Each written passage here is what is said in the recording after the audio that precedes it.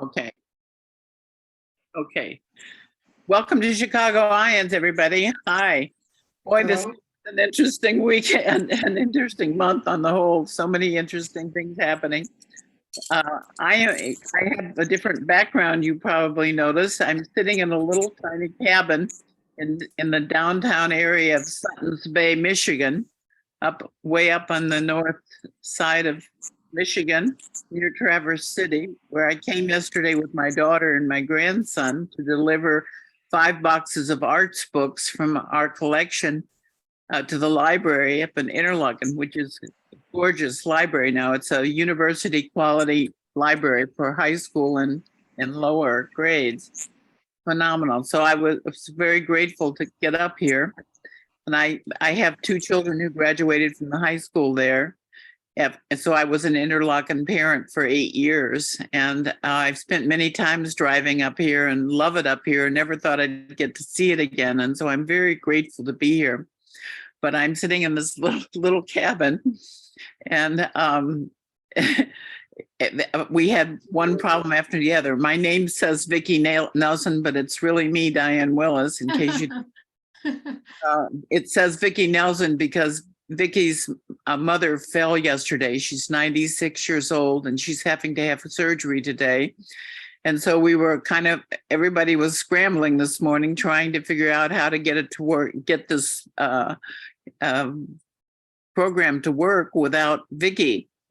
So fortunately, I ran into somebody who was on vacation in Traverse City, right down the road, who could help me get it going. So I think we're going and we're good to go. And I'm so grateful.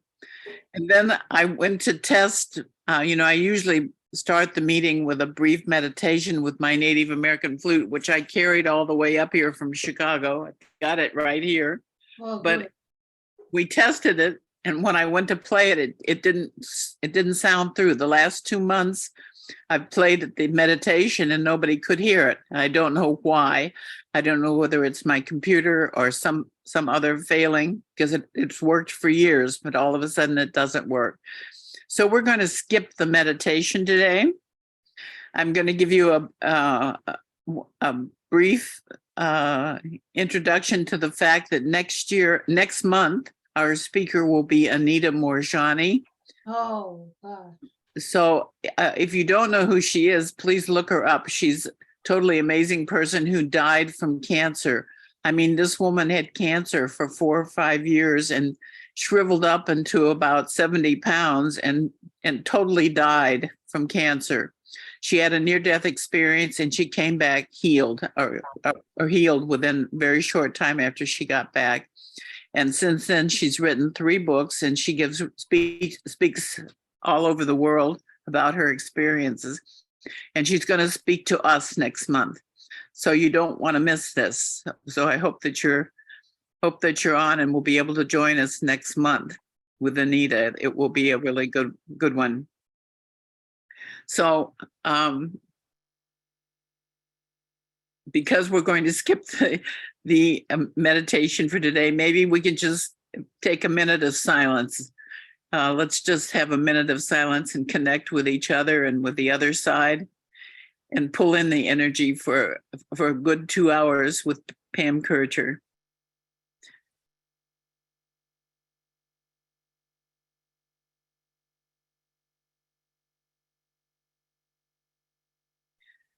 I'm so grateful that Pam is speaking to us today.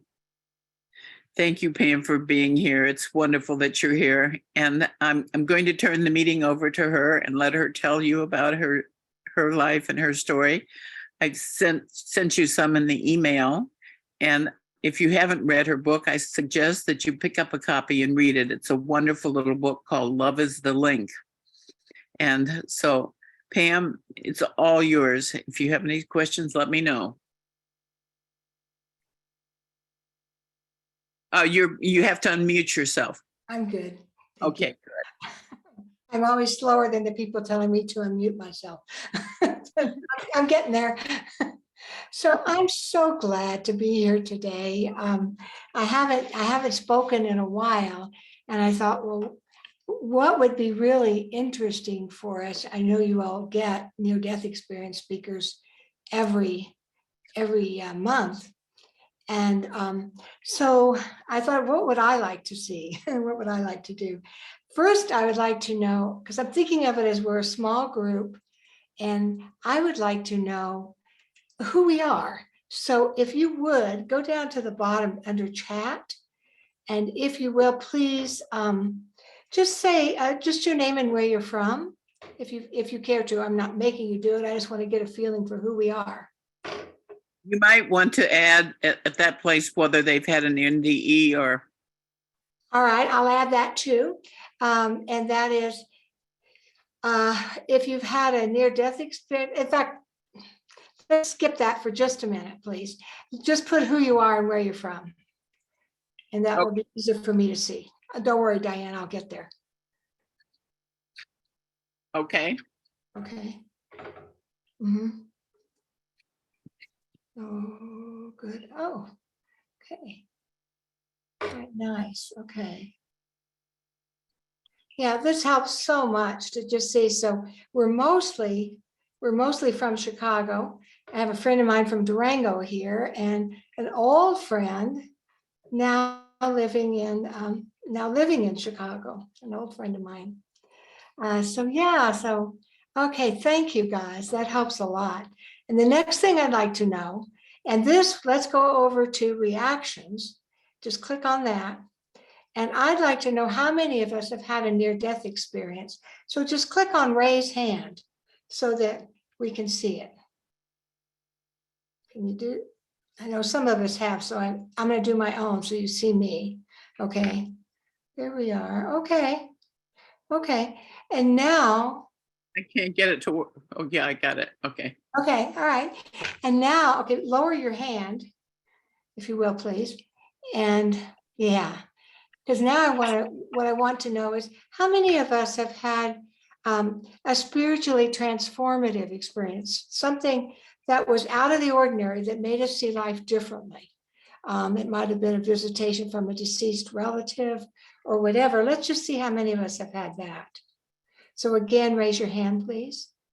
My thing isn't working. I've been clicking on it, and that's because it's not me. I don't know. Okay, all right. Well, if you can raise your hand, please do. If you've had a spiritually transformative experience, and that would also include me. Okay. Okay, good. That helps so much because okay, we can all lower our hands now. I'm not going to be asking a million questions. I just wanted to kind of have a feel for that. So we're as I always say in life, a mixed bag, isn't it all? And so I wanted to share for you what my early near-death experience and what it has been like for me to throughout my life. If you read the blurb at the beginning, you know that I had a near-death experience when I turned 6, and I'm now 78, so, and almost 79. So I had my experience 73 years ago. And in telling the story, I want to set the stage for you by saying I'm imagining this as if we were, I don't know if we want to imagine being around a fire. How about we're going to imagine being around a quiet waterfall rather than a fire isn't what we need today. But to just sit around, I'm going to be telling you stories about what it's been like to be me, who had my near-death experience in 1950. At that time, I lived in Kansas City, Missouri, really St. Joe, Missouri, for those of you who know where that is, a little ways from Kansas City. In 1950, right after World War II, I was born in World War II, and in a very traditional family, meaning traditional Christian, goes to the Methodist Church every Sunday. And in those days, there were no names for near-death experiences, spiritual transformative experiences, no names for that kind of thing at all. In fact, no one ever spoke of such a thing. And when I turned 6, I remember I had just turned 6, and I went to a birthday party, a Halloween party, where there was bobbing for apples. And for somebody who's just turned 6, that's big stuff. It was the first time I'd ever bobbed for apples, and I was up for it. However, I got a sore throat on my way to it, and before I went, but I didn't tell him anything because I wanted to just bob for apples. So I went, and while I was there, my throat started hurting more and more, and it got harder to open my mouth big enough to bob for apples. And by the time I got home, it really hurt. And that was a Saturday. And in 1950, there were not emergency rooms, and you didn't run into the doctor if you hurt. You waited till Monday morning, which is what we did. And so we waited until Monday morning.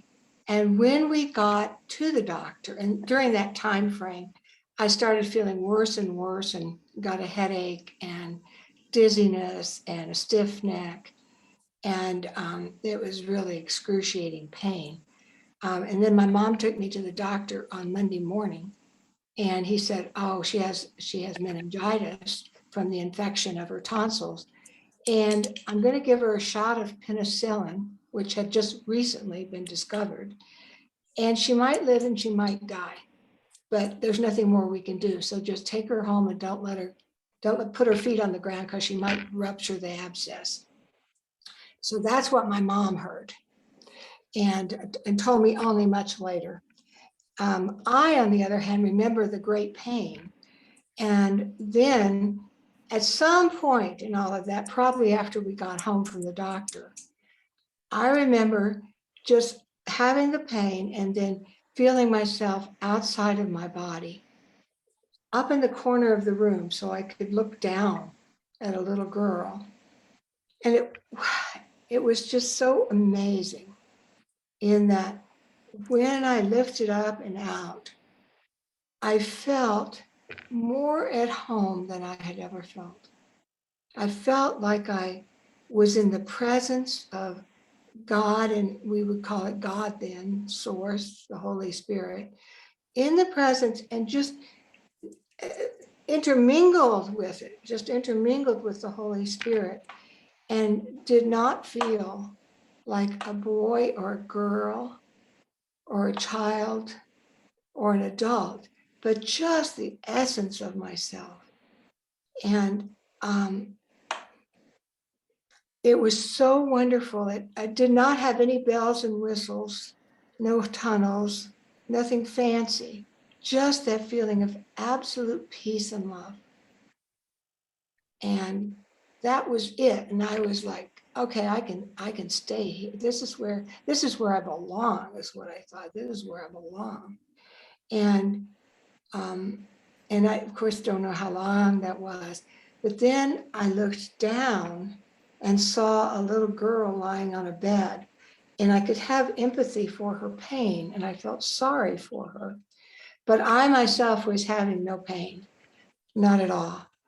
And then when it happened, that my brain kicked in and it said, oh my gosh, that must be you. And as soon as I thought that it must be me, I was back in my body. And I had a choice to make. First of all, I was there.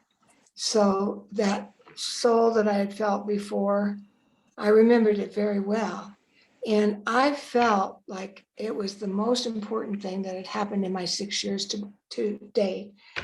And that it was not a good idea to tell my parents about it, because I felt like it would scare them. They were young parents, and they didn't have any experience with having something like this. And after all, I did have meningitis. So I didn't tell them anything, and just went on and lived my life. Now, people often ask, how did you change after you had a near-death experience? How did your values change? Of course, I don't know, because when you're 6, you barely have gotten any values yet. You're just getting started in this world. So the only values I ever had were as of a near-death experience. So how I was, I thought was just my personality, not necessarily to do with having a near-death experience. And what I discovered only later, well, I mean, what I noticed about myself is that I was one weird kid. And that is that I really could always feel the other person. So the idea of somebody teasing somebody when I could feel both sides. And I thought, why on earth would you tease someone if you felt it like this?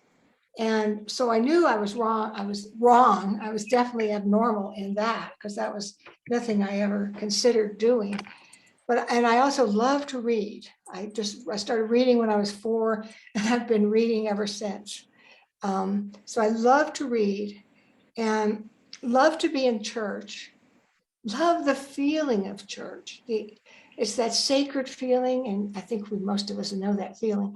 It's so special with the windows and the stained glass and the smells, if you're lucky enough to go to a Catholic church, which I wasn't, but my grandma was, so I always went for Christmas Eve service.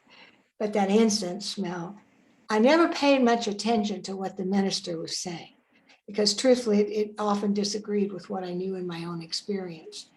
And that might be one of the most important things I say, is because of that early experience, I've always trusted my own experience, not what somebody else wants to tell me is the truth. It's got to match me, or I'm not gonna be rude about it, but I'm gonna dismiss it. I'm not gonna think it has relevance for my life. So I went on, did well in school, was told that you're supposed to do well, and so I did. I did well in school, and really enough to be a valedictorian of high school and Phi Beta Kappa in college. I mean, I was overachieving for sure. And I just kept living life, and I never told a single soul about my near-death experience.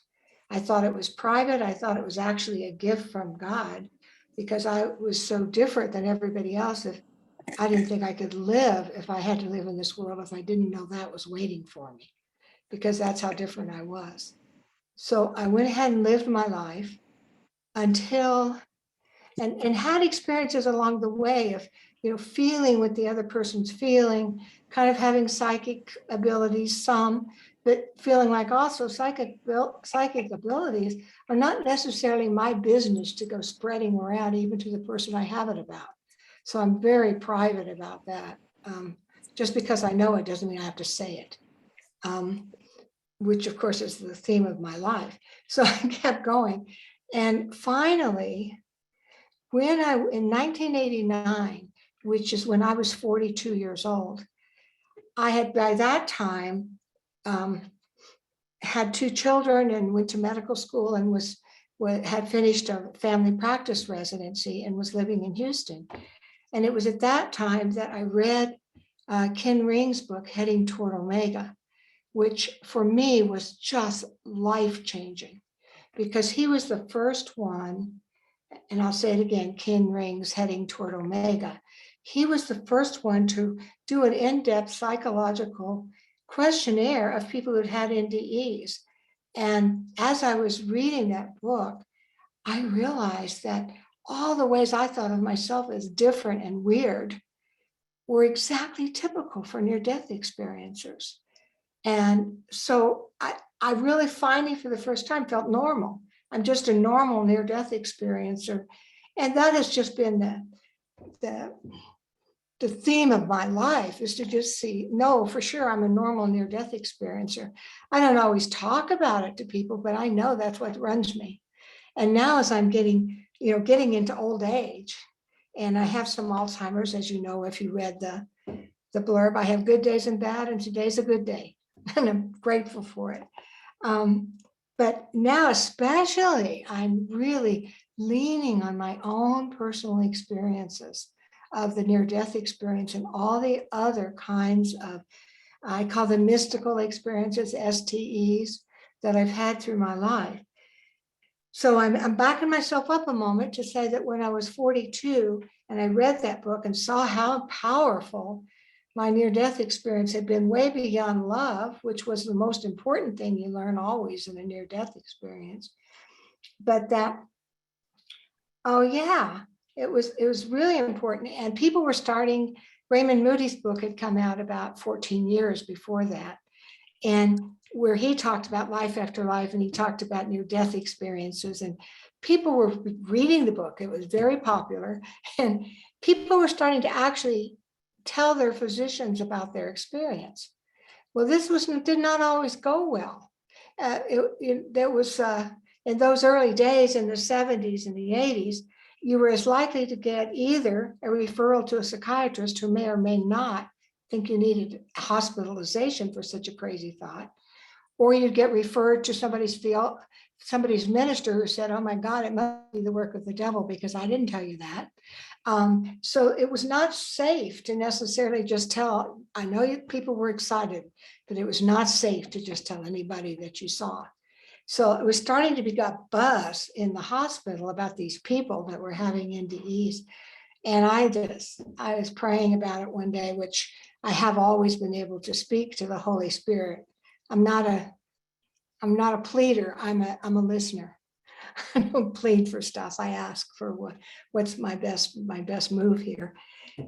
I heard, Pam, you are a bona fide family practice doctor who's chief of family medicine in this hospital. You cannot sit there and be silent when people are being critical. You have to tell them the truth. They've known you now for 13 years and you're one of their favorite people and they're best doctors. You can't let them think these are crazy people. And so I said, as Sharon knows so well, I don't really like to give speeches necessarily. So I said, okay, here's the deal. I'll do it if it appears before me, but I'm never going to ask for it. So it just happened that the next month they needed a local medical doctor to talk about a case history. That's what they do there for a noon conference. So they said, Pam, it's your turn. And it was. And so I had one of my my regular patients she was having knee surgery, and she had a little anesthesia problem and had an NDE right in the middle of the near-death experience in the knee surgery. And it was like the Holy Spirit tapping me on the shoulder and saying, this is your time, honey. You said you would do it. So I said, okay, I'm going to use it for my case history. And then the history is back then we did slides, really, not even PowerPoints. It was 89. But I got all the slides together about everything that was known to that time. And there wasn't that much known, but there was enough to put things together. Like 5% of people had a near-death experience who were close to death. Later modified, don't hang on to that number. But so I got all this together on the slides. That this was for family practice docs and residents who were at the hospital. They all get their lunch and come in and sit down. I turned out all the lights so they could still eat, but I didn't have to see their faces. And I just barreled my way through the talk. Not looking at anyone, because I'm just looking up there and they're eating their lunches. When we get down, I have to turn on the lights then. And when I turn on the lights, all the residents, these are they're postdoc, but they haven't been out in practice yet. They're sitting there astonished. They look around at each of their attendings and they go, well, now what am I supposed to do with this? Because they want to look good. And to my credit and the attendings' credit, because they knew me for years, they all went, wow, Pam, I've had these cases I've wondered about, and I had them over these years. I never knew what to do with them. What do you think about this? And they started talking about all of these cases that they'd had that they never even talked about over coffee in the morning with the other docs. So it was a beautiful introduction to saying, see, it's not so bad. And even better, I think afterwards, is nobody brought it up all the time when I was in the hall. And nobody pointed at me. And it was just like, oh, I can just be a normal near-death experiencer and live a life. So that was huge for me, really. And it opened the door to, I was in Houston here, opened the door to lots of other people wanting me to come and give talks. And so I'm going forward a little here. And so I just did what I did, always keep to what I said. The original contract with the Holy Spirit is I have never asked to give a talk. If I only give them if somebody asks me. So I don't have to feel too pressured about things. But so I gave quite a few talks in Houston. And as a result of giving those talks, my family practice geared toward more grief counseling. And over the course of the next, only 2 years, my burgeoning interest in near-death experiences coincided with the development of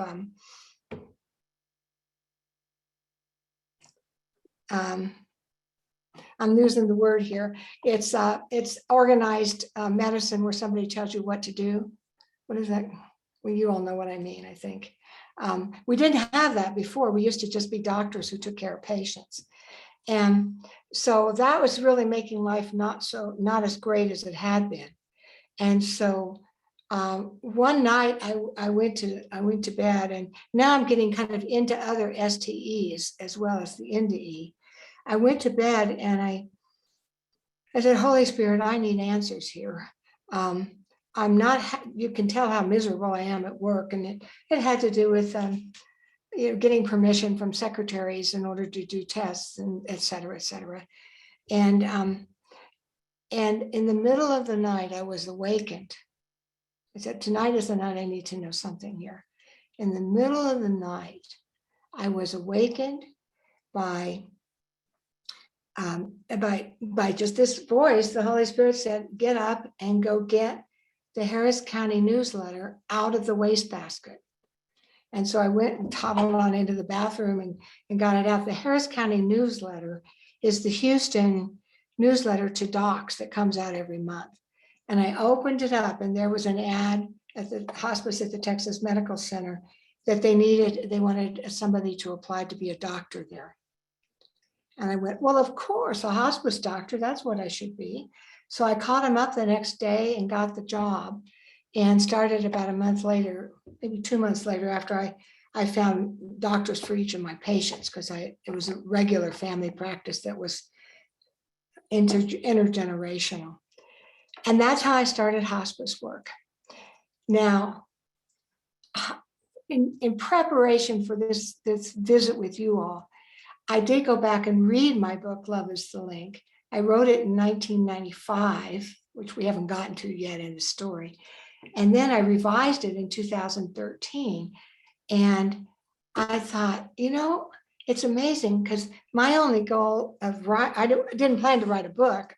When I went to do hospice, I just kept a journal of each day. I'd write a few sentences of what I'd done that day. Nothing fancy, just a few sentences. What I found was that when I just went with an open mind. I hadn't read a lot of books. There weren't a lot of books, and I hadn't read those because I needed to kind of do a little bit of medicine stuff to get ready to do the pain management and all well. So I didn't have any ideas. It was a total open mind, no conceptions, no preconceptions of anything, but I was also willing to listen. And I can't say anything's more important for anybody in this world maybe than to just listen without my ideas about what I'm going to tell them next, and just hear what's being said. And so that's how I got those ideas. So I was just writing them down as I did it. And so I'm still in Houston at this point. I'm going to go on, we'll see where it rolls. And so then And all along, people were beginning to have more mystical experiences, STEs, that they were willing to talk about.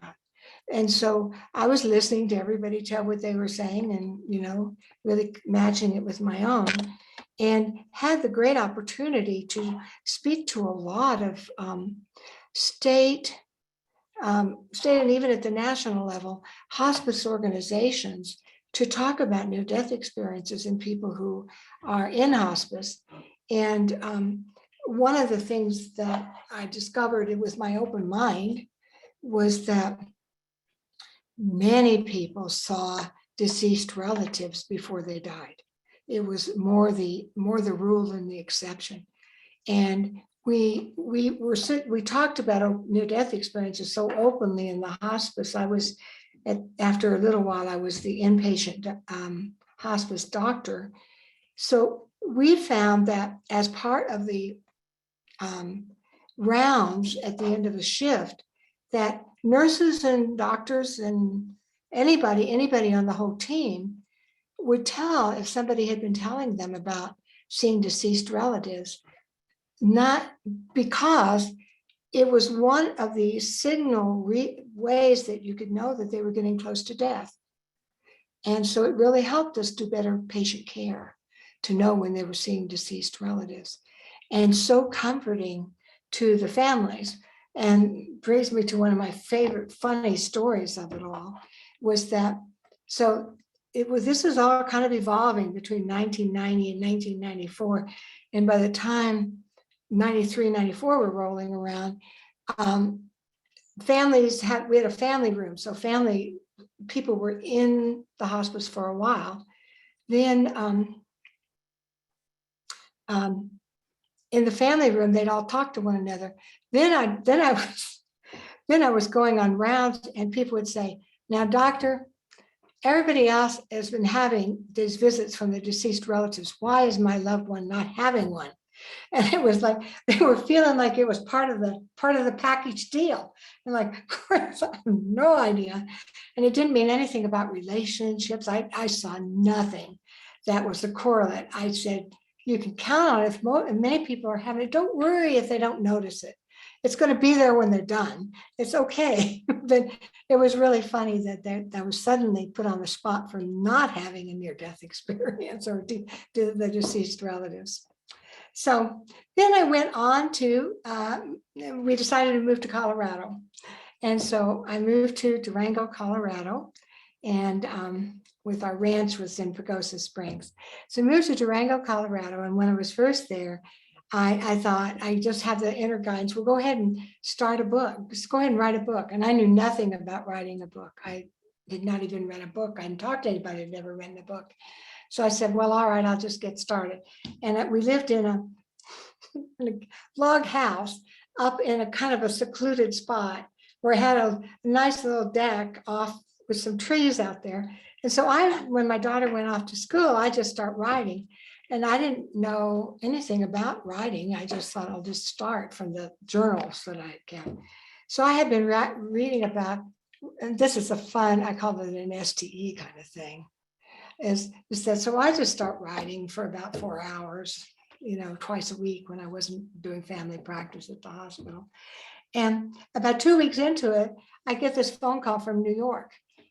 And this guy said, "Are you writing a book?" And I said, "Well, how would you know that? Because here I'm sitting in the wilderness."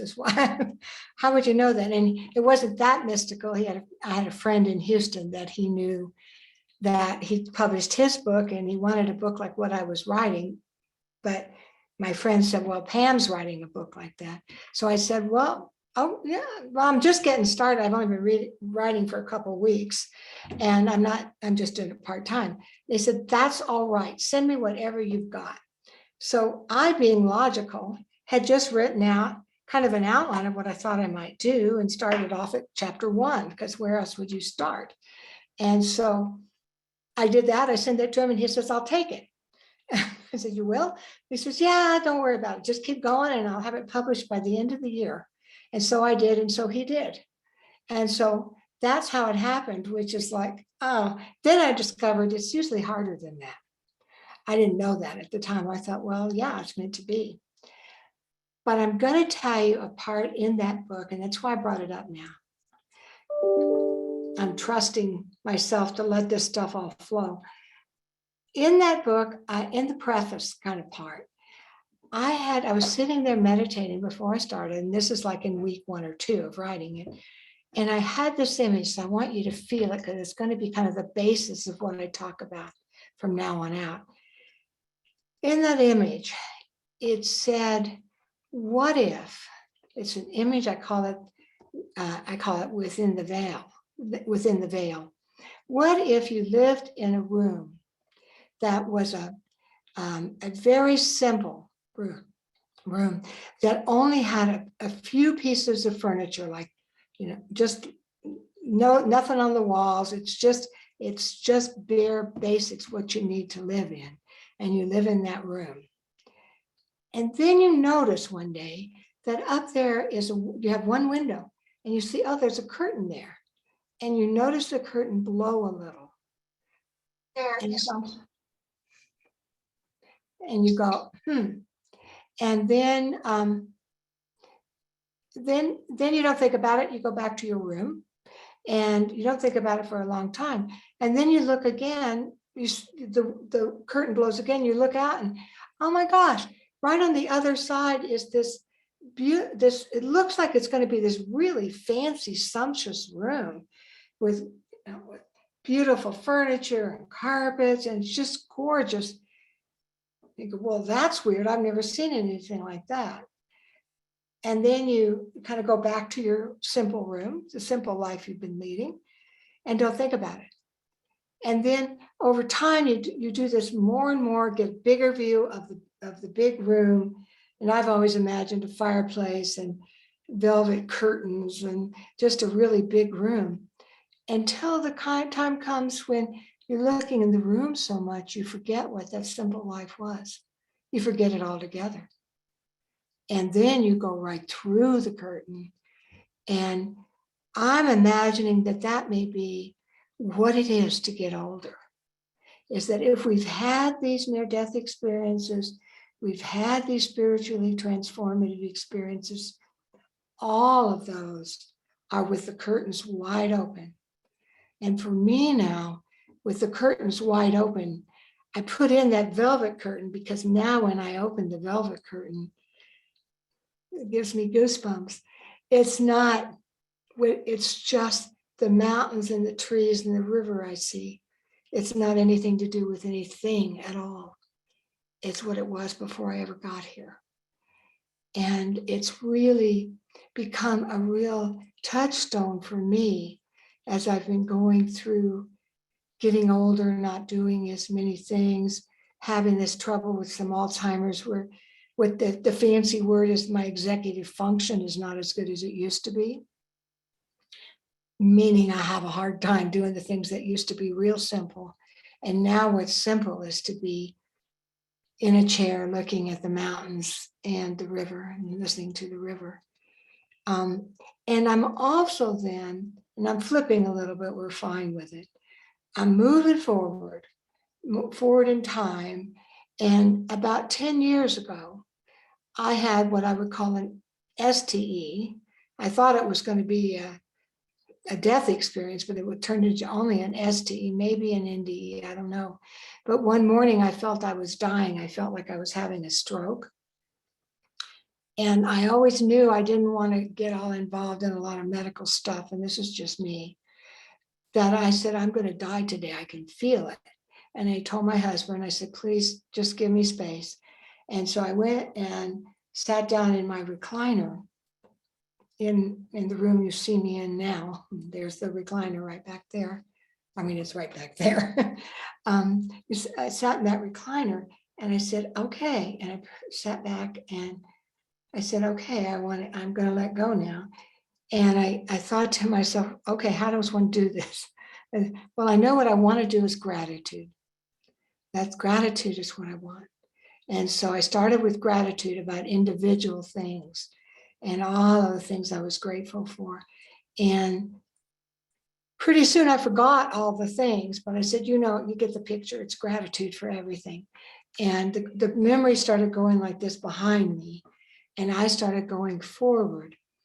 And then pretty soon, it wasn't a tunnel, but pretty soon the memories began to sort of dissipate, and I began to notice, and this is the one scary moment, I began to notice that bits of me, bits of, I guess, whatever I had been or any experiences, I guess, just began to go off separate. And I said, oh my gosh, I'd had other experiences in the past of my soul group, and I thought I would go right there, but it was like, no, this part's going off this. And I thought, I had kind of a gulp, and I said, oh, so I'm not going to exist at all in any form anymore. Am I okay? I can maybe pull back now. And I said, no, you said yes all your life. Why would you say no now? And so I just said, okay, let her rip. And so I was gone for several hours. And then when I came back, I asked myself, what does this mean? And for me, what it really means, and I haven't said it yet, but what it really means to me is we talk about near-death experiences are about universal love and the connection we all feel together. My language is being part of the great oneness. If that's what really happens, and I just go back into being the great oneness, and so I don't recognize any piece of myself because I'm so scattered in the great oneness, what difference does it make? And I asked, well, then what about living? And what I heard was, well, you're adding anything you do of a positive, kind, loving nature is adding to the great oneness. You don't have to worry about where or what, wherefore thou art thou, it's just there. And that's what it is. And so I really kind of, it can sound scary at the beginning, but to me, it's just become, well, of course I'm part of the great oneness. And for me, as I've gotten older and I've lost some of my executive function, I can see that it's okay for me to sit in that room, look at the trees and the mountain and the river, and be enormously just happy for the people at a different phase of their lives, for whom it is wonderful for them to be at a rock concert, which for me would be just overwhelming at this point in life. And it was never great because I'm not good at crowds, and lots of NDEs aren't. But to say I can celebrate whatever they're doing, and my celebration adds to the great oneness and their joy. I don't have to feel sorry for myself that I'm not doing what I used to do, or that other people are doing it better. So what? It's okay. And so as I've been dealing so much more with this, like I'm having to have my husband drive me when I go into town, and the things that, used to be so simple. Just beginning to focus, okay, I can talk about, and there's scads of things that people will say about how do you keep it from getting worse? How can you hold it back? And I'm saying the hard part is when I'm still trying to hold it back, when I just let it go and just become one with the great oneness. It's a whole lot easier than if I'm pushing it.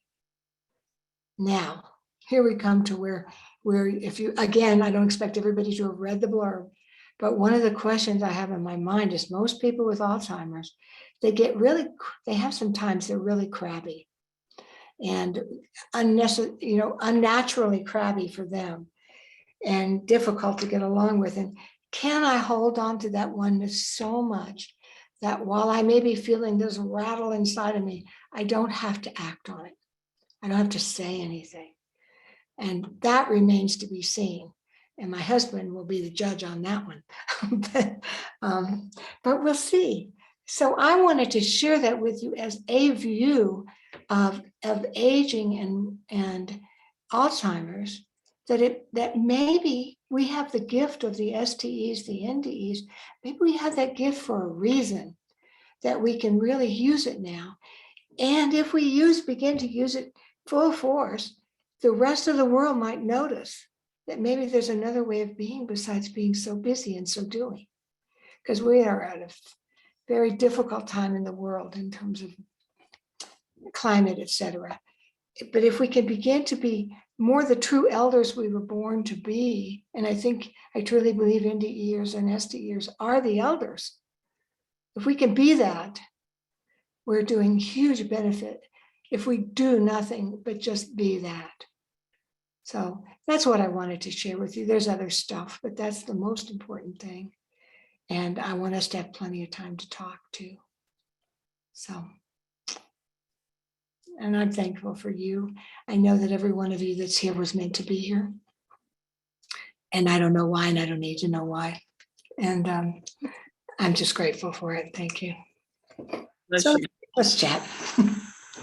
Thank you so much, Pam. It's very wonderful.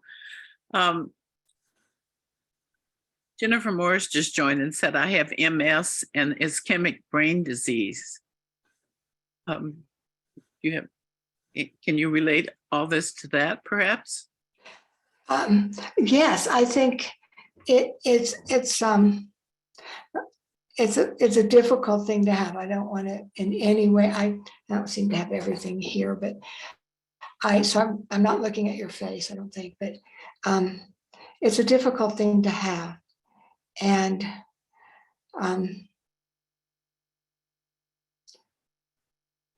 even with it, I think there's a thing of, it just feels to me like what I'm thinking is just floating above it. It doesn't mean it's not going on. It's not pretending it's not there. It just means letting as much be free that can be free. As much as you can let it be free. And know that and find lots of support, find love, lots of support. Yeah. And what have you found useful? I actually, I tend to take, if there's something negative, I pull the positive out of it. I have been in a lot of different IANDS sharing groups and different meetings, and I'm learning a lot from individuals. I'm trying to just tap into, from this point on, enjoying life to the fullest that I can, because I know that I'm limited on time, but I also know that my family has to adjust too. So I've had those days where it's just, arguing and me not understanding, and I'm 52 and I had got this because I got sepsis when I passed away from the surgery. So I'm just, I'm trying to learn as much as I can about anything and everything I can. And I actually just joined Colorado Christian University for biblical studies, and I also too, I want to go into grief counseling. So between you and I there are quite a few similarities, but I feel that's best with what I've been through and the knowledge that I want to gain to where I should be. Yeah, thank you. Thank you. Thanks. That's beautiful, Jennifer. Thank you for sharing. So it's kind of a situation where it's good to just kind of let go and let God, as they say. Pam, is that what you think? Yes, absolutely. And I was fiddling over here, sorry, with chat for a minute. And just trusting your own positive experiences, whatever's positive, trust it in you. And if somebody tells you something that doesn't feel right, just let it go. Just let it go. Something this serious, you got to trust yourself on it. Just be at your own peace. That's actually been my hardest issue, is letting go of things, because also, like you, I have always told the truth about everything, and it's actually caused a lot of mishap and arguments in my life, but I know it's the right thing to do. Yeah. And you don't always have to tell it, you know Yeah. it, do it. Yeah. Right, right. No, I'm not doing. Anybody have any questions or anything they'd like to add to the discussion? We've got 38 people here at the moment. Yeah. Yeah. Rich? Pam, when I understood that you were suffering from Alzheimer's, and I sent you some information about the Bredesen approach that is now able to cure 90%, bring people back from the disease. And I wanted to share that with you. And we talked about the decisions that you're making with regard to Alzheimer's. And I was wondering if you would please talk about that. Okay. Yeah, Rich and I live in the same area, and so we've had a chance to talk, and I have no comment on the resident thing. I read what he gave me, and what I said is I have been really struggling with letting go of what I want to say. Accepting letting go, I think, is the language to use. I'm used to somebody, I'm the kind of person who is very organized, does the checkbooks, does all the organizational stuff in my family. And from my reading, to me, it was that the worst time is when you're finding things beginning to fade away and you're trying to hang on for dear life. And that's the hard part. When you finally let go of all that, then you, especially someone like me with all the NDEs, then you can just let go and give over the practicalities of this world to someone else. And especially if you have someone else you can give it to. And I recognize that. And I'm lucky to have someone I can give it to. We don't always, through the years, we've been married almost 50 years. Through the years, we haven't always agreed on every single thing we wanted to do. So the trick for me is to say, when you let go, Pam, you have to let go. And if Mark's going to do it his way, I mean, he will do it his way. That's the way he does it. And so stop whining. And so I've been through so much of that, of my letting go. And my daughter, I was talking to the small group. My daughter, my older daughter, who's just wonderful. We happen to be kind of similar in style anyway. And she's a physical therapist and occupational therapist. We were talking this morning and she said, now, Mom, I'm not telling you to do this, but I'm telling you that this, if you feel like doing it, just say this. She said, the thing I found that works, that's most helpful to you is to get on your wavelength, see where we're going with something. And most of the time, I don't need every word, Mom. And I can feel it. I can feel where you're headed.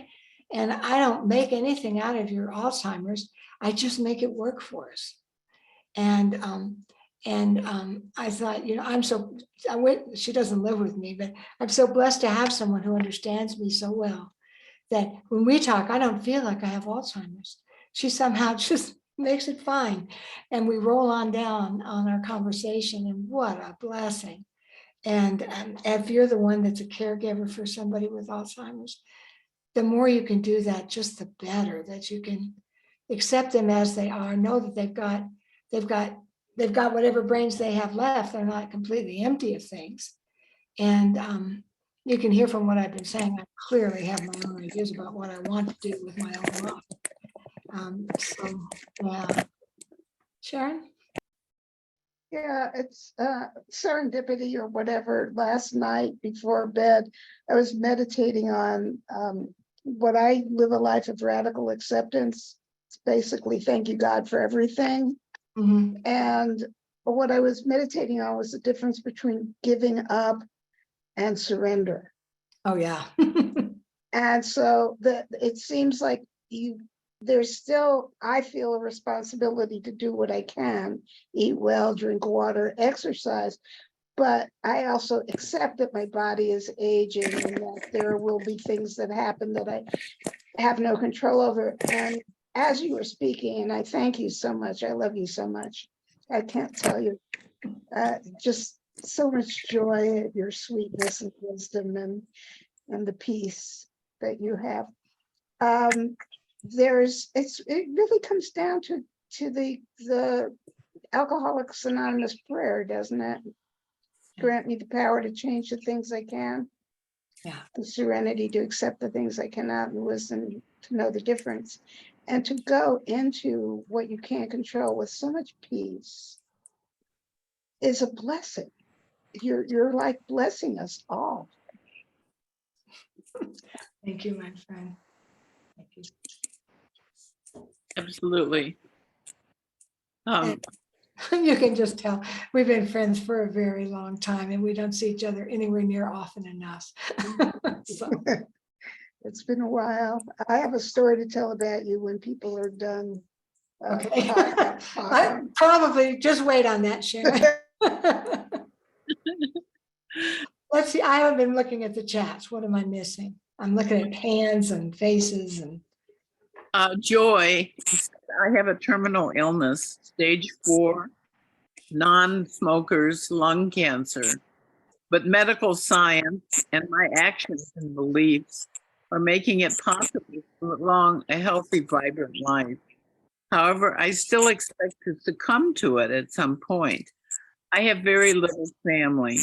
Do you have suggestions to ready myself for the days when I know my passing is coming soon? and I'm pausing, Joy.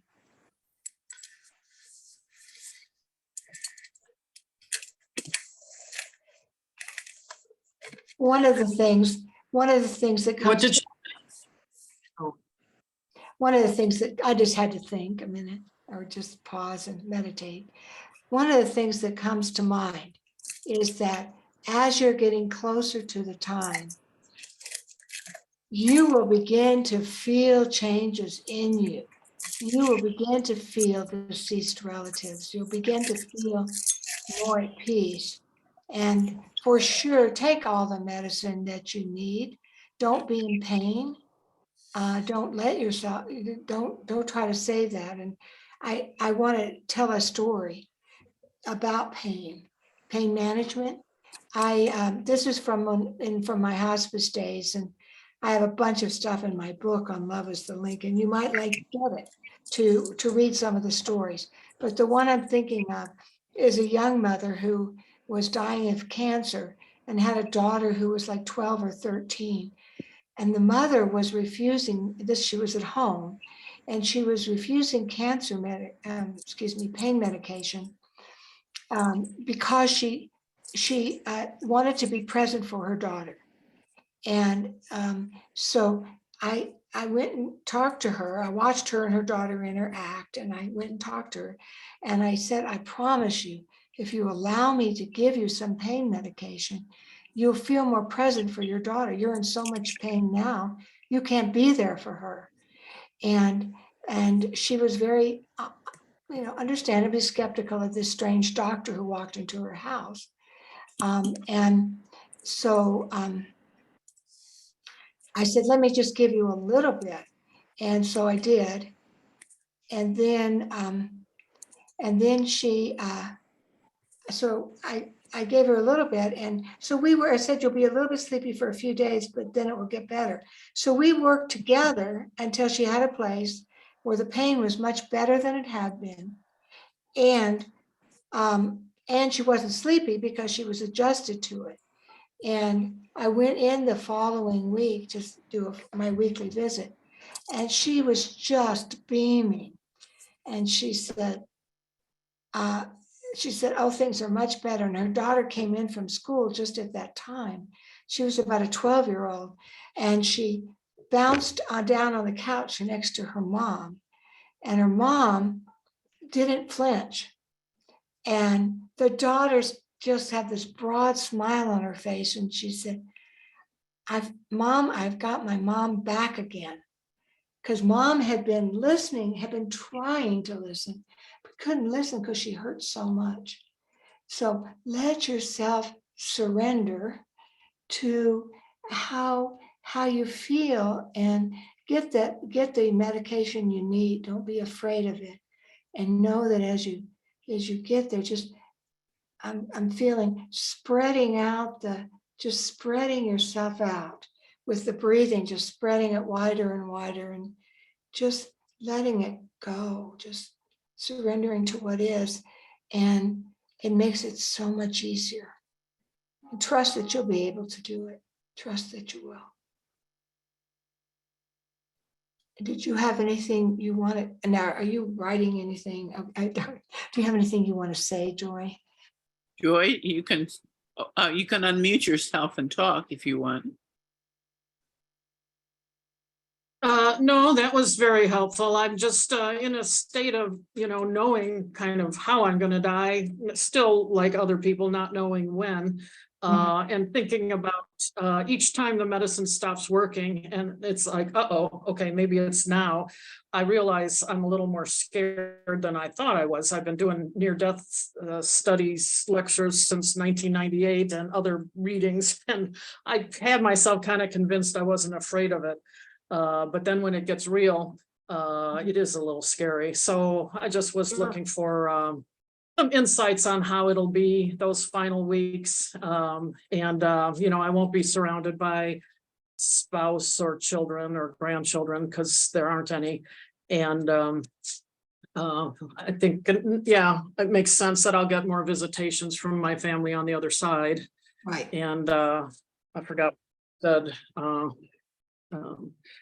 But the friends I do have have similar beliefs, so I'm counting on friends to remind me of what I know. Yeah, yeah. So, And that Elizabeth Kubler-Ross's stages getting ready. She herself, and I have talked to her about this and know it to be true, is that fear comes up and down. It's not like it's ever going to completely be. There's never going to be a gasp of fear. There's never, I want to say this. You may always have a gasp of fear once in a while, of course. And that doesn't mean you're going backwards. It just means you're having a day. It just means that. And bless you. Rich, you mentioned that technique that you asked Pam to talk about, and somebody has asked, what is the name of that approach?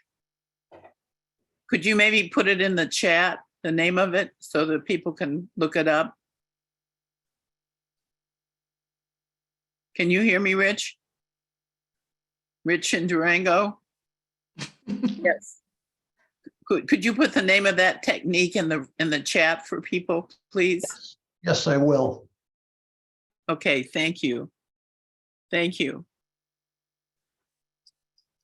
And Ellis brought forward too that Elizabeth Kubler-Ross always said that when the body deteriorates, the spiritual quadrant of our beings becomes stronger and more dominant.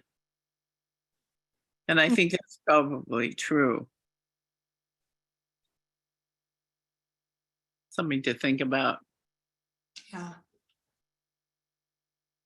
Clara said, you don't show the typical signs of Alzheimer's. I am amazed at how well you express yourself. How long ago was your diagnosis? I'm going to say a couple of things to that. One of them is that some of it is, well, a huge piece of it is the Holy Spirit giving me, well, say this, because I've had if you live 78 years, you're going to have a million experiences. And I'm just picking some out. this isn't everything I've had of a spiritually transformative nature. So I'm letting whatever wants to flow through. So it's not coming out of my cortex necessarily. But also when I'm getting ready to say anything, the effort I have to put in to get it all together is multiple times the amount of effort I had to do when I 10 years ago, for example.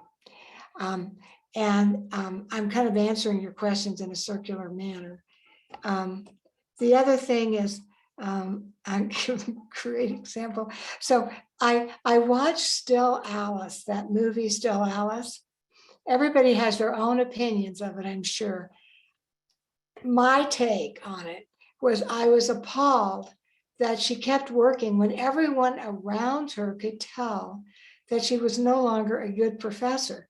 But she was like oblivious to the whole thing. And so one of my goals for myself has been to not make everybody around me have to adjust themselves to me. So I'm going to answer that thing about how long in a minute. This is part of it. So in April, I decided, okay, this is getting bad enough. I should tell my other daughter. I should tell my daughter. I don't want her to be surprised. She lives in Chicago. That's how come I feel such connection with Chicago, because she lives there and has 2 little kids.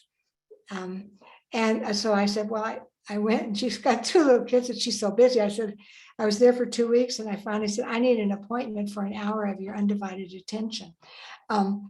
She's just, there were 2 and 4 and she's running all over the place. So we had our time of undivided attention. She said to me, okay, Mom, like when I took that trip by myself and it was daunting, but I made it as easy as possible. So she said, okay, Mom, how long do you think you've had this? And I said, well, probably 6 or 7 years. And she said, yeah, I kind of thought there was something different, but I just thought you were getting older.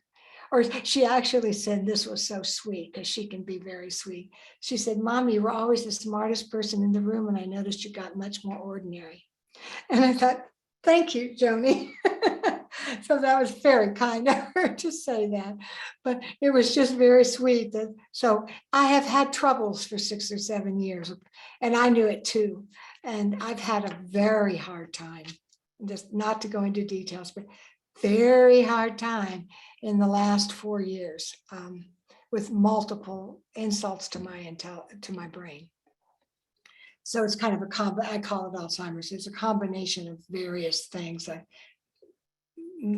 Part of which was long COVID, and I had a concussion, and then I had chronic fatigue syndrome after a virus before the COVID. So it was just like, good grief. And I am grateful for 1 month I have felt well, and I'm really grateful. So it happens like that, but I didn't want them to be shocked. And I didn't want to be the drama queen by any means, but I thought I'd better tell her. And she's, oh, I have been noticing that, Mom. So I think that's answered all your questions. I think, Pam, that this is excellent what you're doing. I think this is an enormous gift, and will continue to give because we're recording. Yeah. Thank heavens. But I took care of my husband. My husband Tom died in 2004 at the age of 76, and he was 15 years older than I was. And so in a way, I felt, that I was kind of out of touch. I didn't understand a lot of things that I understand now, looking back. But he had Alzheimer's. He was a brilliant music critic at the Chicago Tribune for 20 years, and a teacher at Northwestern, music professor. Wrote a book about the Chicago Symphony, a brilliant man. And all of a sudden he started being, and we got along really, really well for the first 15 years or so of our marriage. And then all of a sudden he started being really very difficult to get along with. And he thought I was the a mean person, that I was being mean to him. There are people to this day, he died in 2004. It's almost 20 years ago. There are still people who won't talk to me because he told them how awful I was. And Yeah. it wasn't true. I did the best I could for him, but it was a very difficult time. I was juggling. He was bipolar also, which didn't help anything. And I had to really take care, pull in every cent and take care of it. I tried to pay off our house and try to pay for his care, which was running over $100,000 a year, and we were going broke. And it was an enormously difficult time in every respect. And I had no clue of what I know now and what you're saying. You know, it was, it's just so hard for people who don't know what's happening. Yeah, and I want to definitely just echo that for sure. It's really hard on the caregiver, and you know, the paranoia that is common when people with Alzheimer's, including myself, paranoia and what I like to call fussiness. It doesn't sound quite so obnoxious. Extremely difficult to get along with. But it's very common. And of course, everybody has a right to speak. They can say everything they want. So he had a right to tell his friends what he was thinking. But of course, part of what was being spoken was what was going on in his brain. And so that's why I've spent a lot of time here at the early parts of it, getting everything ready for when I die, knowing I won't be as cognizant as I am now, getting everything ready, getting the well right, I'm giving my body away, and I've got that all organized. And this is just me, you're getting to know me, hearing me talk for this long period of time, which is a lot of time for me to talk. But I don't intend to participate in the last stages of Alzheimer's. I really am going to do, now they have the fancy word for it, the VSED, the voluntarily stop eating and drinking. I'm going to do that when I'm getting further along, and I don't see any reason. For me, spiritually, it's not wrong to just naturally pass on. And so I don't have guilt about it. And I sure don't want to do that to my husband. Yes. So I'm gonna do it. And I've done fasting in the past and all kinds of things. So I know I can do it. I just have to remember. I have to do it while I can remember, and I will. And That's amazing. yeah, well, I don't even think of it as amazing. It's like, to me, makes common sense for how I've lived my life. What's amazing is that I had a conversation with someone this morning, a friend whose 96-year-old mother just fell, and she's going through bad things, and she's been taking care of her. Her mother has been at home with a 24/7 caregiver, but the caregiver has to go on breaks twice a month for 4-day weekends, and that means she takes care of her mother. And she said, you know, she has a couple of children herself, and she said, I'm going to make sure that my children don't have to go what I've had to go through taking care of my mother. And she said she was talking about in Utah, apparently if you have to live there for a year, and then you can opt to have an assisted suicide or something. I don't know what it is. I don't know the details, and she wasn't specific. But it's amazing that it's all kind of coming all at once. And I had that conversation this morning with someone else. And, you know, it's all meant to be on this tape and accessible to the rest of the world. And I think it will be very valuable, Pam. God bless you. Thank you. Let me give a couple more facts here, since it will be on tape. And yeah, it's Compassion and Choices is the group that throughout the country is working on getting laws that make assisted suicide. It's not called assisted suicide, They don't use that language. Anyway, it's to help people that they're terminal, help them have an easier death. And part of that, and this is what I call laughable, but part of it is now they have the handbook for VSED, VSED, all capital letters. I got it for Mark, just in case he needs it, but I don't need VSED to know what to do. I've already done all that stuff, but apparently it's when you get initials, and this is my sarcasm, you get initials, it makes it official. So people have been doing that forever. This is what old people do if they want to. But now it's called VSED.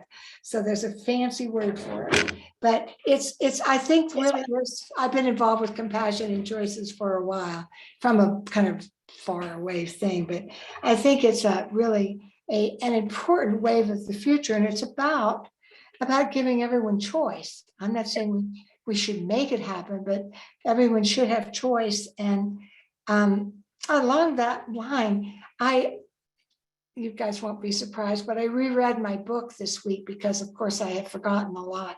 And when I was reading it, and it has all those experiences through the years of talking with people with near-death experiences, I thought, boy, have I been one lucky girl. I have had the life I would have wanted to lead.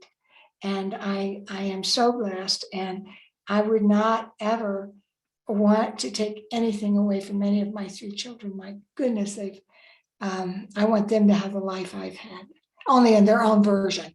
Nobody wants to have somebody else's life. But yes, I've been very grateful reading that. Okay, and how about you be the reader? Oh, yeah, I'm okay. I see hands sticking up, and I'm calling on hands, but I guess everybody really wants to be calling. Stick a hand up. But Sarah said here, my family has a disproportionate amount of mental illness and Alzheimer's.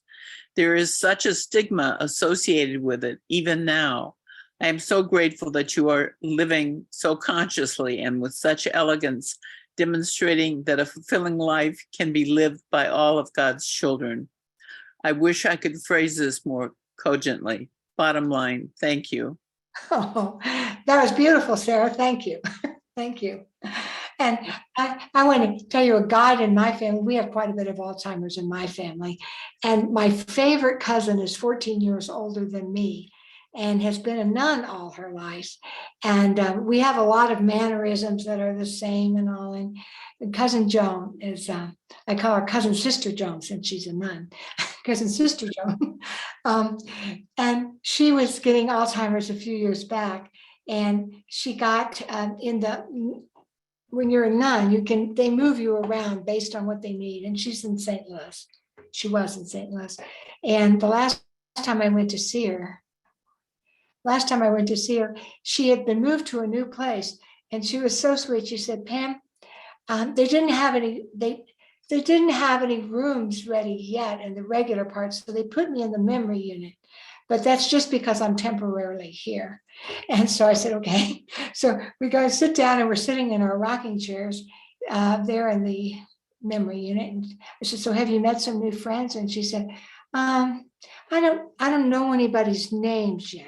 But she said, it doesn't matter, because I just smile at them. I love them all. It doesn't bother me. And indeed, that's what she was doing. She said, and the last thing she said to me is, at least I can just smile.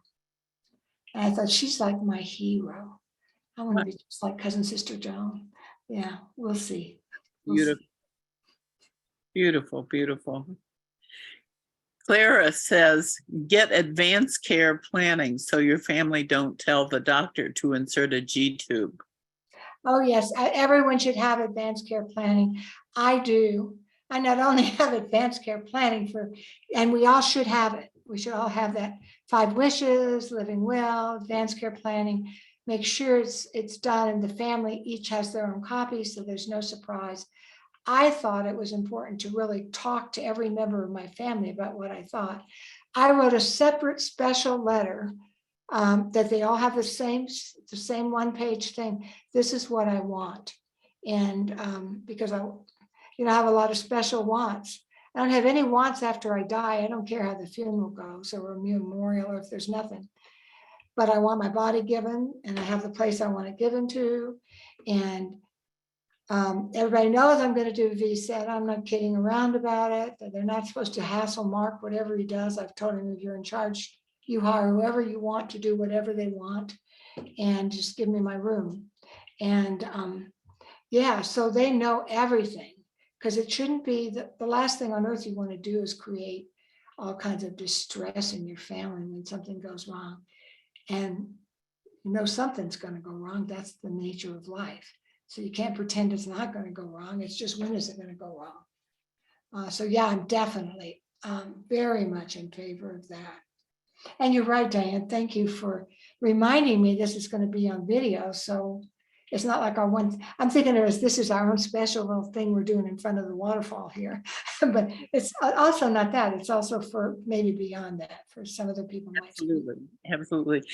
Jennifer, that you were talking to earlier, put in the chat list. She said, I told my daughter at the end, I don't want her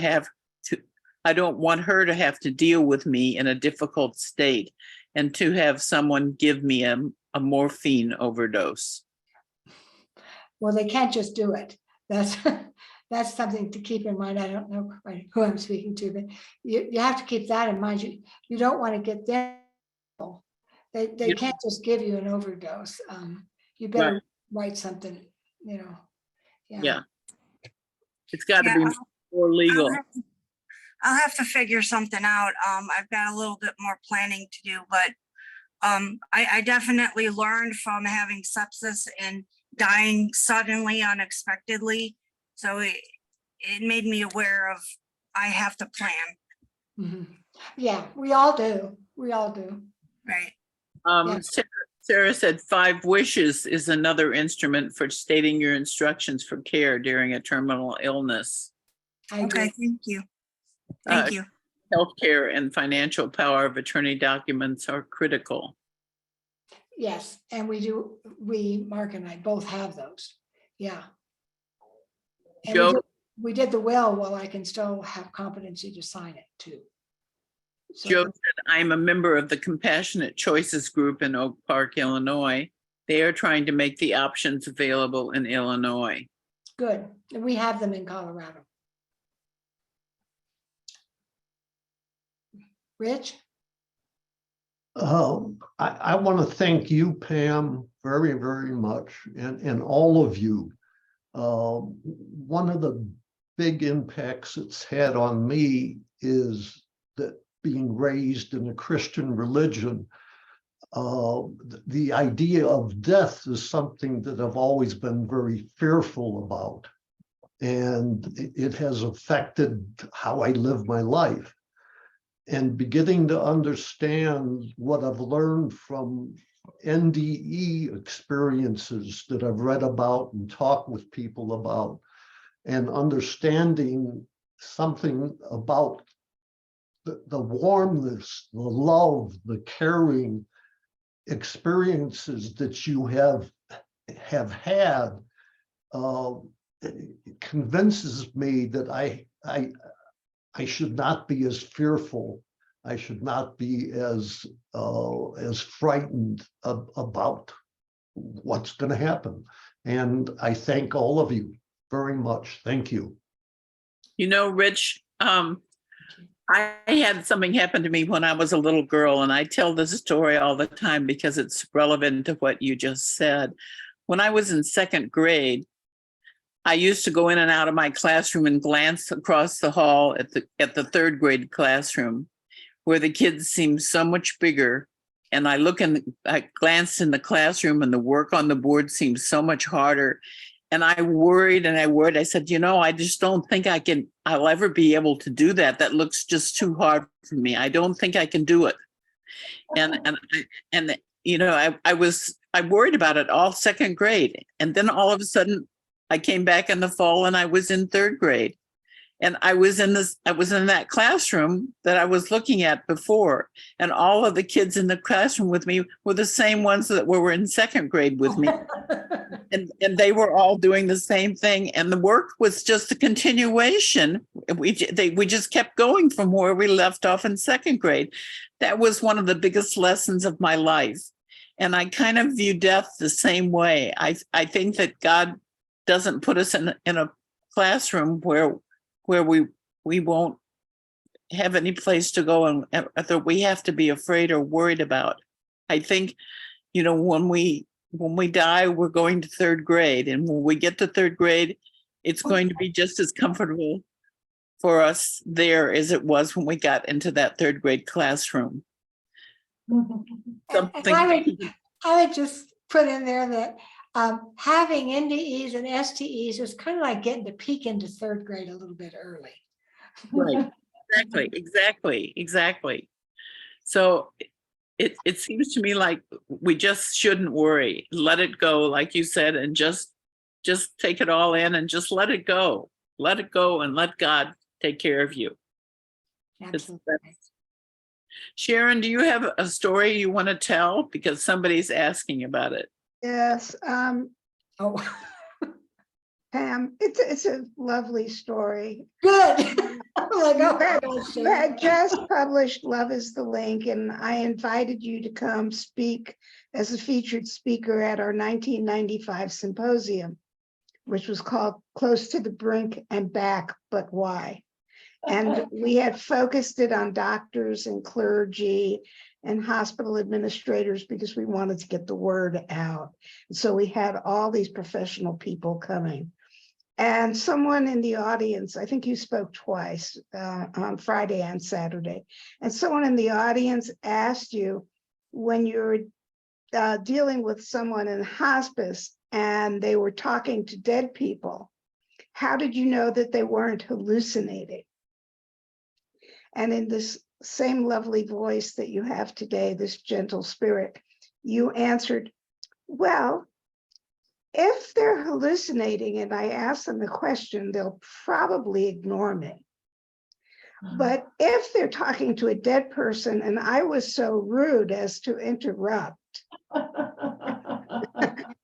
then they would probably answer my question and quickly go back to the conversation that they wanted to be. And I've never forgotten that. And luckily, neither have I. That's beautiful.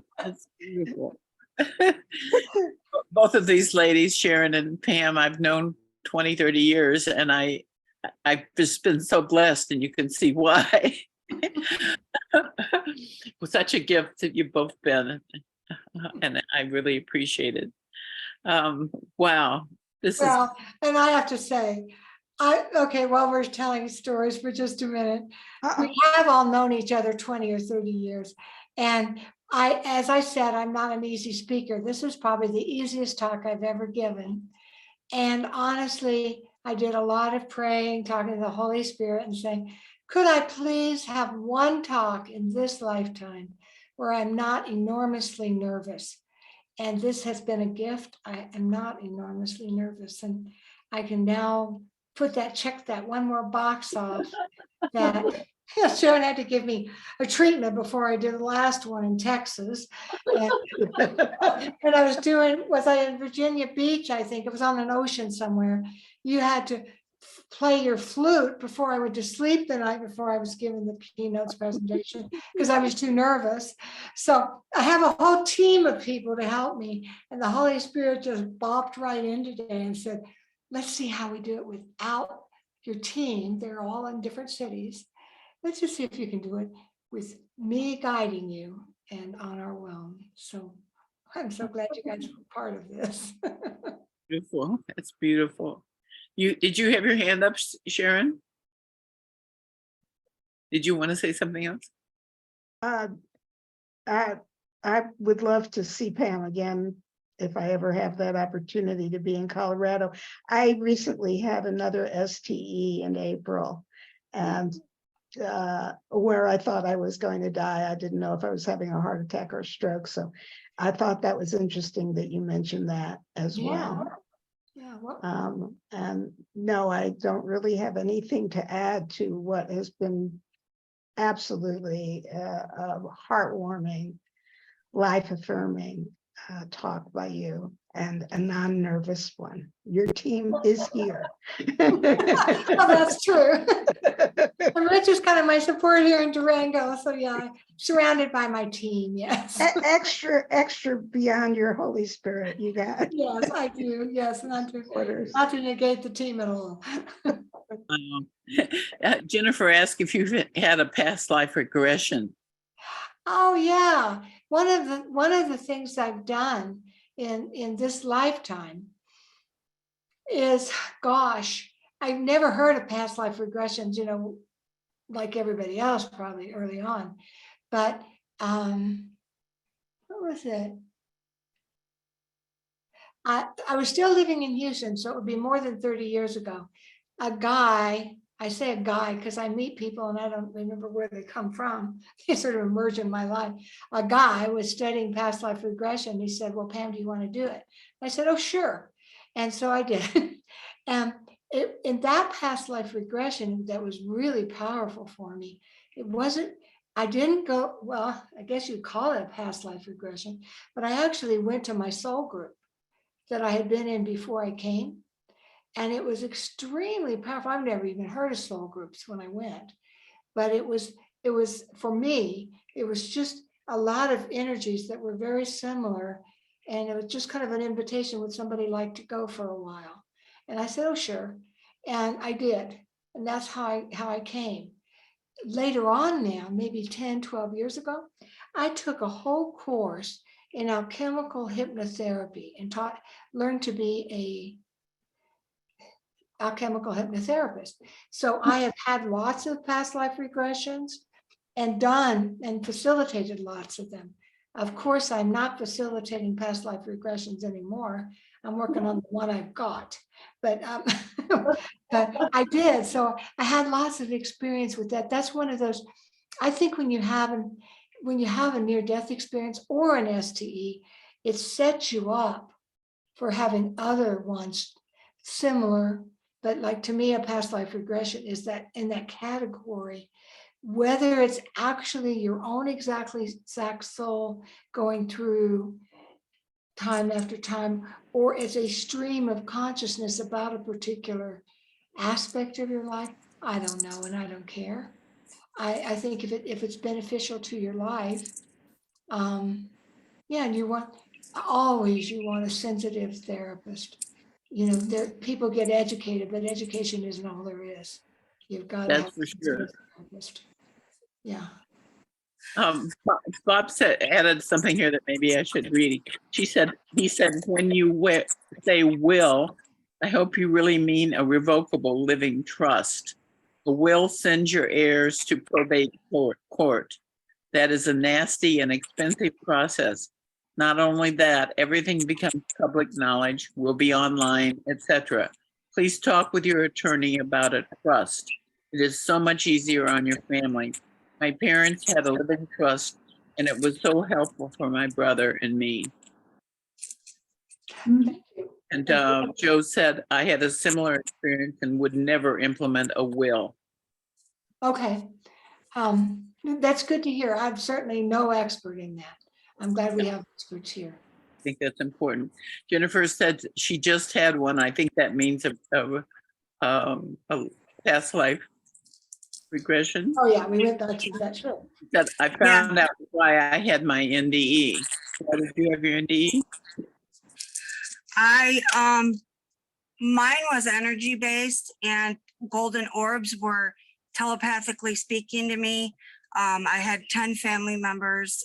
They were partial orb, but I met those orbs during the regression, and they told me that I've had 3 total lives, and I am actually a higher entity that is part of that plane. And I also had something happen to me that is not supposed to happen. You're not supposed to have anything negative come through, but it was an absolute amazing thing that happened to me. It's like if we're looking at our reality right here. And when I got to this point of where I was 5 years old, it's like our reality was just wiped away. And I stepped into my friend's house the very first time and instance when I seen this shadow figure that's been around me my whole life. And I actually got to see when and where that happened, because I've always been wondering it, and now I have to find a way to get rid of it. Sharon, you said I have assigned everything I own to pass directly on death, making a will or trust unnecessary. What does that mean? I don't understand. Everything financial that I have, bank accounts or savings, my home, my car, I've given the title upon my death, all of that passes directly. So no will. So we've eliminated, my family has eliminated. You mean any it passes directly? Does it mean it just dematerializes, or No, it goes, when I die, the person who is named receives it okay, so you without any need for a will. Yes. Saving taxes, though. What's what? that? Somebody just said something. Who just said that? Well, nothing saves the taxes. No, that's nothing to do with saving taxes. It's just, we avoid going to probate, we avoid the whole will thing. You know, and I think I've done almost all my paperwork, except I might need to make sure that this end of care specifics are handled. Right. Yeah. What you mean is that you assigned everything to somebody that you want to have that, Yes. like your money or your car or whatever. You put a name on it so that, Yes. or so it goes I directly. went to the bank, and the bank, I gave this person power of attorney. They went to the bank with me. And so my bank accounts, I could designate specific individuals or one individual who knows my wishes. And then they just have power of attorney. They're co-owners of my account, basically. So if I die, they get the account. Great. So that's another possibility, or a living trust. Well, yeah, because they had just gone through having to deal with someone else in the family's will, and it was hell. Yeah. And so we wanted to make it as simple as we possibly could. Yes, that's good. I just wanted to say, I'm listening to the details of all this about dying. Dying seems simpler than getting rid of our stuff. Yeah. As we- Probably true. Probably true. I've been working on getting rid of my stuff. You know, I've got myself confined like to one room, so I just have stuff scattered all over the ranch. But yes, this is awesome. And I am not going to participate in any of that, because I know that's not my area of expertise. That's one of those things I will be allowing to disappear from my life with great joy. Yes, that's somebody else's problem. Somebody else's problem. My beloved parents, luckily, the other thing that is, my beloved parents did not have a whole lot of money. So they had my sister and me attached, and all they had was in the bank, and they were renting a house. We were at, you know, they literally, we were done in 2 days, because it wasn't at the level of probate or anything. They just said, you know, you guys, there you are. So, you know, we just need to present a death certificate. But that's if you don't have anything to give, and it's just money anyway. Which reminds me, one of the things we didn't mention here today, and we all probably know it, is that people who have near-death experiences and STEs are not as interested in money or success or fame as people who haven't in general. And yeah, so it's kind of ironic that we're sitting around here talking about our wills and our trusts. But we have to do it. I'm not laughing about it. I'm saying we have to do it. But there it is. We live here, and we live by the rules. Well, it's a fact of life, whether you like it or not. Exactly. It's not a fact of death, because once you go to the light, like with Pam, I had no sense of Sharon at all, or identity of any associated ethnic or gender or anything like that. And I left behind everything I own, my computer, my cell phone, my TV, my car. There's no attachment to any of that stuff. It's gone. You just turn around and it's gone. And Right. so it's not really important if you're dead. It's only important when you're alive. And for the NDE, it takes on much less importance. You just have to, it's just another thing you have to deal with. It's Exactly. Exactly. Exactly. Wow. This has been wonderful. Wow. Thank you. Thank you all so much. And I just want to add in, thank you really for all of you who spoke, and all of those of you who just added your energy. Everything was felt.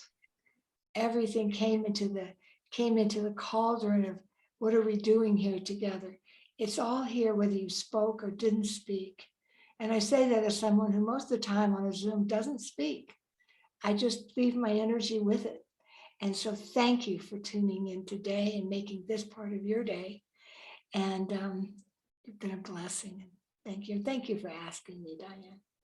Oh, absolutely. I'm just thrilled that you came and shared. And this is so important. And I'm sure a lot of us will share it with other people who, it will be on our website, and it'll be in YouTube. We have almost 100 video, or about 100 videos from our speakers, from our meetings on YouTube. There's lots and lots of good information for people who are seeking it. But this is a critical one because there's so very few people that talk about it. You just don't find this information very many places. So anyway, don't forget Anita Morjani next month, and we'll take it one day at a time and go with love and joy. And thank you all for coming. And if you can donate, please donate. We don't meet our monthly expenses while we're online, so we always appreciate the donations. But speaking of money, but I know that we'll be taken care of however it's supposed to be. It will be. Oh, wait a minute. Looks like there's 9 more things on the chat line. What's happening?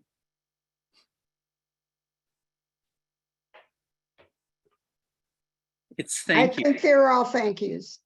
It's all thank you. Thank you. Very good. Thank you all very much.